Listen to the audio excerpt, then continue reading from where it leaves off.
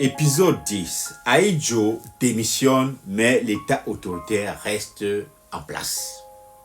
La succession de Paul Biya ou la transition d'un système autoritaire unique. Chères toutes, chers tous, bonjour, bonsoir. Aujourd'hui est un nouveau jour. Je suis Timiya, professeur des universités et président du mouvement pour la libération et le développement du Cameroun, MLDC. Un homme peut quitter le pouvoir, mais un système peut survivre à son fondateur. Le 4 novembre 1982, Amadou Ahidjo surprend la nation. Il annonce sa démission de la présidence de la République.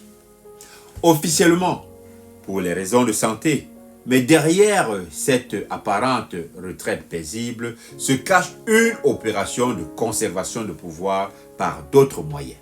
À cette date, Ahidjo est au sommet, 22 ans de règne, un parti unique consolidé, une administration verrouillée, une armée loyale et un peuple docile, conditionné et surveillé.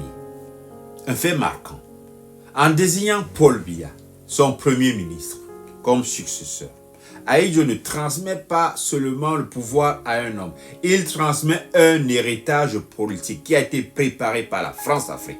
Un mode de gouvernement, une structure, une logique de verticalité autoritaire.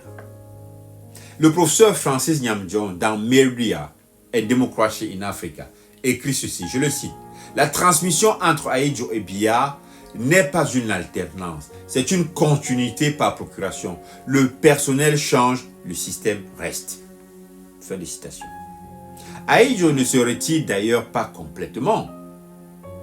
En 1982-1983, il conserve la présidence de l'Union nationale camerounaise, l'UNC, le seul parti légal du pays. Autrement dit, il reste chef du régime même après sa démission.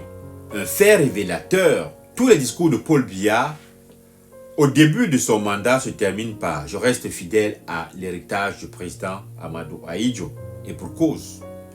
La constitution reste la même, le parti unique reste intact, les structures de répression demeurent, la logique de gouvernance n'est pas réformée. Dans l'État du Cameroun, le politologue Jean-François Bayat observe, je vais le citer, la transition entre Ahidjo et Biya fut une passation codifiée d'un pouvoir personnel. Ce n'est pas un État qui a changé de main, mais une continuité autoritaire qui s'est habillée d'un nouveau visage. Fin de citation. Certains Camerounais, en 1982, ont espéré une ouverture démocratique, mais très vite, ils déchantent. Après sa démission, une tentative de purge échoue. Il est contraint à l'exil, mais Paul Biya, loin de réformer le système, le durcit à son tour avec son propre style. La culture du secret, le silence, la peur, la culture véritable de la peur, de l'opacité, reste la colonne vertébrale de l'État camerounais. Et le juriste Maurice Kamto déclare en 1993, je le cite, « Le vrai drame du Cameroun est qu'aucune rupture n'a été opérée après Ahidjo. Le système d'hier est toujours debout avec les mêmes piliers. » Fin de citation.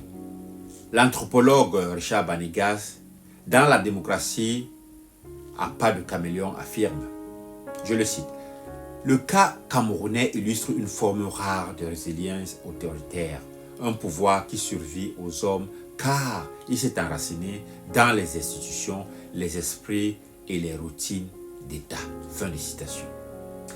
Dans la conclusion de cet épisode, nous disons que Amadou Ahidjo n'a pas quitté le pouvoir, il a transmis à lui-même sous une autre forme. Et ce que nous appelons aujourd'hui le régime Biya est en réalité la version 2.0 du régime Ahidjo. Une façade de changement, mais une ossature politique inchangée. Dans l'épisode 11, nous analyserons comment Paul Biya a prolongé, durci et perfectionné l'autoritarisme hérité, en se maintenant plus de 4 décennies au sommet du pouvoir. À bientôt.